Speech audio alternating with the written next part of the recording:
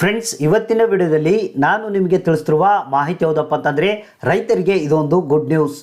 ಹೌದು ಫ್ರೆಂಡ್ಸ್, ಆ ಒಂದು ಗುಡ್ ನ್ಯೂಸ್ ಏನಪ್ಪ ಅಂತಂದರೆ ಪ್ರಧಾನಮಂತ್ರಿ ಕಿಸಾನ್ ಸಮ್ಮಾನ್ ನಿಧಿ ಯೋಜನೆಯ 11ನೇ ಕಂತಿನ ಹಣವನ್ನು ರೈತರ ಖಾತೆಗೆ ಯಾವಾಗ ಜಮಾ ಮಾಡಲಾಗುತ್ತೆ ಅನ್ನೋದ್ರ ಬಗ್ಗೆ ಒಂದು ಹೊಸ ಅಪ್ಡೇಟ್ ಬಂದಿದೆ. ಅಂದರೆ ಈ ಬಾರಿ 11ನೇ ಕಂತಿನ ಹಣವನ್ನು ಕೇಂದ್ರ ಸರ್ಕಾರ ರೈತರಿಗೆ ಅವರ ಖಾತೆಗೆ ಯಾವಾಗ ಹಾಕಲಾಗುತ್ತೆ ಅನ್ನೋದ್ರ ಬಗ್ಗೆ ಈ ಒಂದು ಅಫಿಷಿಯಲ್ ವೆಬ್ಸೈಟ್ನಲ್ಲಿ ಒಂದು ಹೊಸ ಅಪ್ಡೇಟ್ ಬಂದಿರುವಂಥದ್ದು. ಈ ಒಂದು ಹೊಸ ಅಪ್ಡೇಟ್ ಬಗ್ಗೆ ಮಾಹಿತಿಯನ್ನು ತಿಳಿಸ್ಕೊಡ್ತಿದ್ದೀನಿ. ಹೌದು ಫ್ರೆಂಡ್ಸ್, ನಿಮಗೆ ರೈತರಿಗೆ 11ನೇ ಕಂತಿನ ಹಣ ಯಾವಾಗ ನಿಮ್ಮ ಖಾತೆಗೆ ಬರುತ್ತೆ ಅನ್ನೋದ್ರ ಬಗ್ಗೆ ನೀವು ತಿಳ್ಕೊಬೇಕಾದ್ರೆ ಈ ವಿಡಿಯೋನ ನೀವು ಸ್ಕಿಪ್ ಮಾಡದೆ ನೋಡಿ.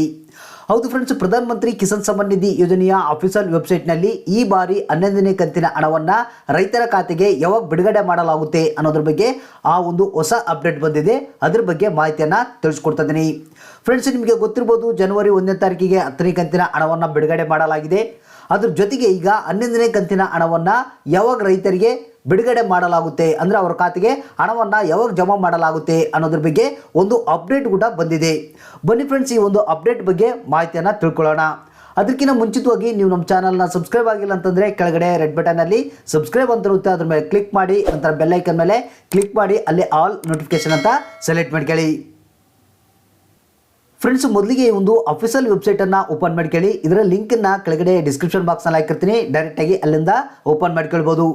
ಫ್ರೆಂಡ್ಸ್, ಮೊದಲಿಗೆ ನಾನು ನಿಮಗೆ ಹೇಳೋದೇನಪ್ಪ ಅಂತಂದರೆ ಯಾರ್ಯಾರು ಇನ್ನೂ KYCಯನ್ನು ಮಾಡಿಲ್ಲ ಅವರು ಮಾರ್ಚ್ 31ನೇ ತಾರೀಕು ಒಳಗಡೆಗಾಗಿ ತಪ್ಪದೇ KYCಯನ್ನು ಮ್ಯಾಂಡೇಟರಿಯಾಗಿ ಮಾಡಿಸ್ಬೇಕು.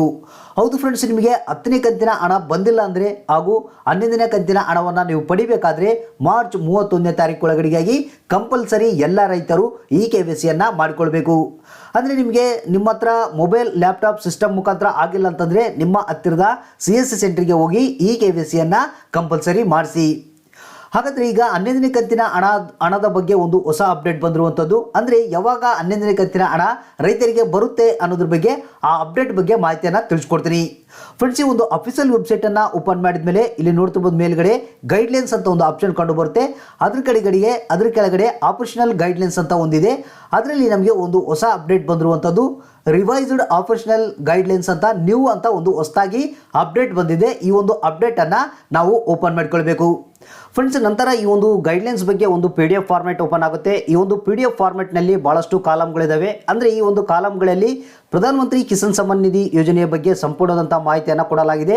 ಇಲ್ಲಿ ನಾವು 10ನೇ ಕಾಲಮ್ನಲ್ಲಿ ಬರಬೇಕು. ಫ್ರೆಂಡ್ಸ್, ನಿಮಗೆ 10ನೇ ಕಾಲಮ್ನಲ್ಲಿ ಬಂದರೆ ಈ ಒಂದು ಪ್ರಧಾನಮಂತ್ರಿ ಕಿಸಾನ್ ಸಮ್ಮಾನ್ ನಿಧಿ ಯೋಜನೆಯ ಕಂತುಗಳ ಬಗ್ಗೆ ಸಂಪೂರ್ಣವಾದಂಥ ಡೀಟೇಲ್ಸ್ನ ಕೊಡಲಾಗಿದೆ.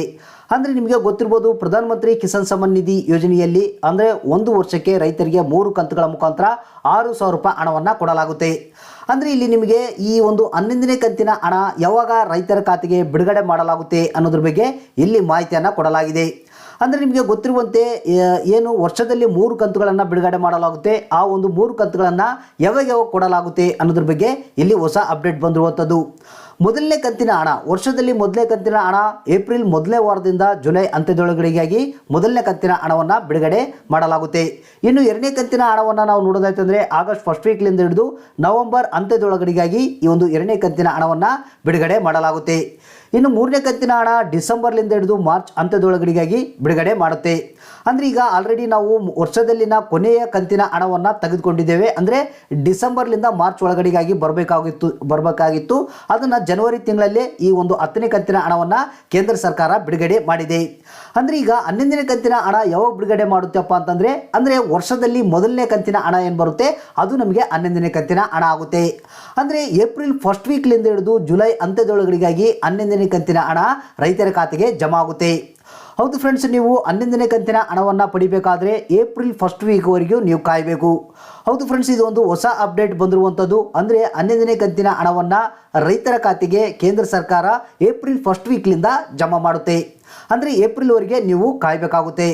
ಫ್ರೆಂಡ್ಸ್, ಈ ಮಾಹಿತಿ ಇಷ್ಟ ಆಗಿದ್ದರೆ ಒಂದು ಲೈಕ್ ಮಾಡಿ, ತಪ್ಪದೆ ನಿಮ್ಮ ಸ್ನೇಹಿತರಿಗೆ, ಬಂಧು ಮಿತ್ರರಿಗೆ ಕೂಡಲೇ ಈ ವಿಡಿಯೋನ ಶೇರ್ ಮಾಡಿ.